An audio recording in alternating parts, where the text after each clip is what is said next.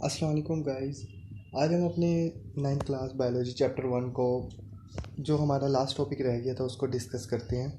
जो हमारा last topic है उसका नाम है cellular organisation.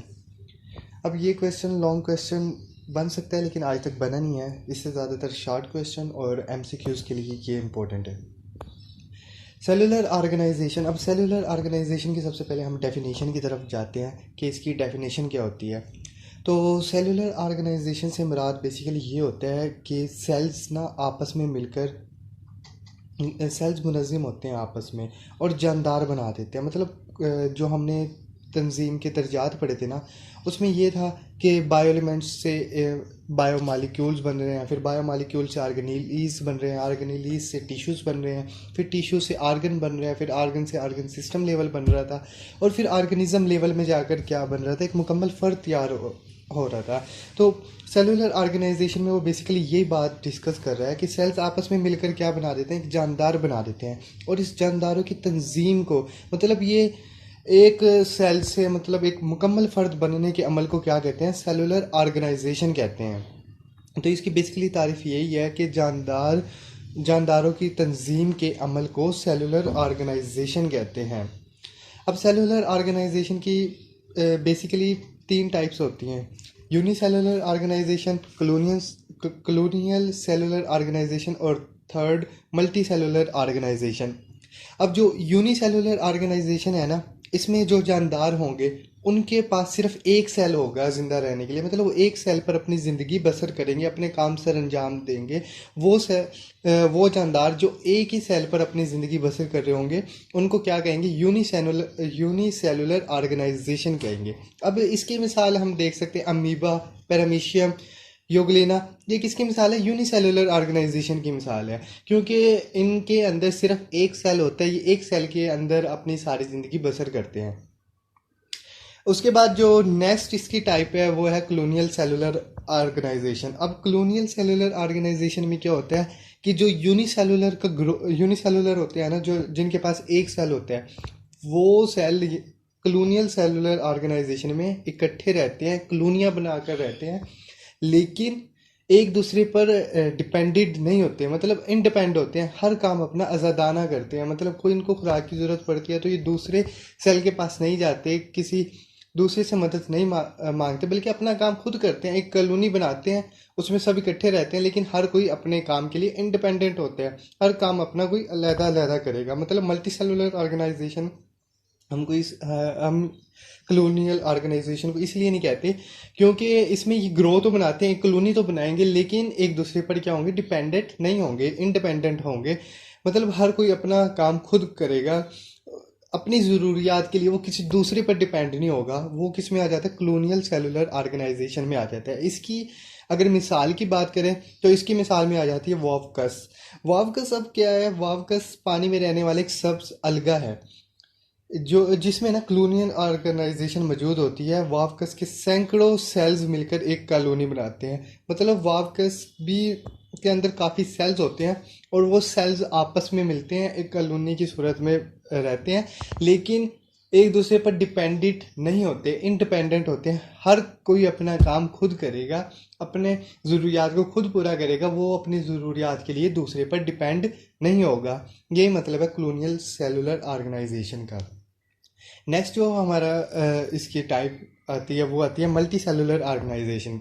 Multi cellular organisation इसमें क्या होता है कि इसमें कॉलोनियल सेलुलर ऑर्गेनाइजेशन में बेसिकली ये था कि कोई डिपेंडेंट नहीं होगा दूसरे पे, इस पे डिपेंडेंट होता है, इसमें मिल के काम करते हैं। एक मल्टी सेलुलर यानी काफ़ी सेल्स आपस में मिलकर काम सर अंजाम देंगे। इसमें डिपेंडेंट होता है, एक सेल्स ज़रूरियात के लिए दूसरे सेल पर डिपेंड करते हैं। वो उसकी ज़रूरियात को, मतलब अपनी ज़रूरियात पूरी करने के लिए दूसरे पर डिपेंड करते हैं, उससे ज़रूरियात के लिए हेल्प मांगते हैं। इसमें सेल्स, टिश्यूज़, आर्गन सिस्टम सब क्या करते हैं, मिलकर काम करते हैं, आपस में मिलकर मुनज़्ज़म होते हैं। मतलब सब मिलकर इसमें काम कर रहे होते हैं। मल्टी सेलुलर ऑर्गेनाइजेशन इसलिए कहते हैं इसको क्योंकि इसमें सेल्स भी होते हैं, टिश्यूज़ भी होते हैं, आर्गन्स भी होते हैं, और आर्गन सिस्टम सब मिलकर क्या करते हैं, एक फंक्शन परफॉर्म कर रहे होते हैं, इसलिए हम इसको मल्टी सेलुलर ऑर्गेनाइजेशन कहते हैं। जबकि colonial cellular organisation multi cellular organisation की तरह एक कॉलोनी तो बनाते हैं, मतलब इकट्ठे तो रहते हैं लेकिन एक दूसरे पर डिपेंडेंट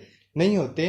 वो उसमें हर कोई अपनी ज़रूरियात को खुद पूरा करता है, किसी दूसरे पर डिपेंड नहीं करता। जबकि यूनिसेलुलर ऑर्गेनाइजेशन ये था कि जिसमें सिर्फ एक ही सेल पाया जाएगा, मतलब वो जानदार जो एक सेल रखते होंगे उसी से अपने काम सर अंजाम देंगे, उसको हम यूनिसेलुलर ऑर्गेनाइजेशन कहते थे।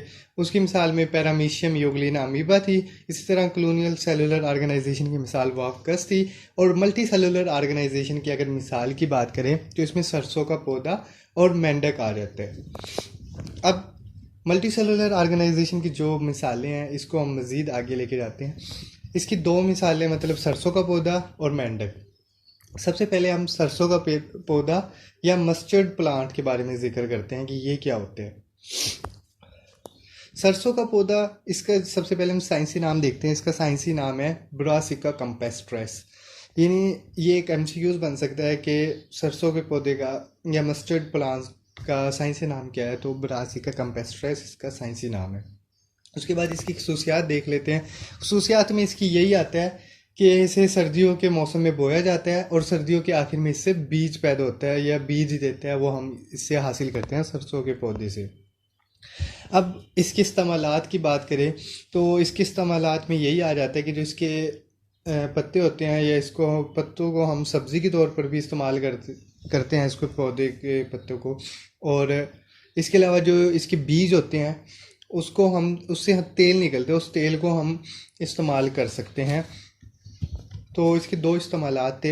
एक तो ये कि इसे सब्ज़ी के तौर पर इस्तेमाल किया जाता है और दूसरा ये कि इसको हम तेल के तौर पर, इसके बीजों से जो तेल निकलते हैं ना, उस तेल को हम इस्तेमाल कर सकते हैं। इसके अलावा इसकी अगर हम बात करें इकसाम की, तो इसकी दो इकसाम है। एक है वेजिटेटिव ऑर्गेनिज्म और दूसरा है रिप्रोडक्टिव ऑर्गेनिज्म। अब वेजिटेटिव ऑर्गेनिजम्स कौन से होते हैं? वेजिटेटिव ऑर्गन्स वो होते हैं जो सेक्सुअल रिप्रोडक्शन में हिस्सा ना लें। मतलब पौधे के ऐसे पार्ट्स जो सेक्सुअल रिप्रोडक्शन में हिस्सा ना लें उन्हें वेजिटेटिव ऑर्गन्स कहते हैं, जिनमें इसका ब्रासिका कैम्पेस्ट्रेस के जड़, तना, शाखे, पत्ते, ये क्या है, ये वेजिटेटिव ऑर्गन्स है। क्यों? क्योंकि ये सेक्सुअल रिप्रोडक्शन में क्या है, हिस्सा नहीं लेते। और दूसरी जो इसकी किस्म है वो है रिप्रोडक्टिव ऑर्गन्स।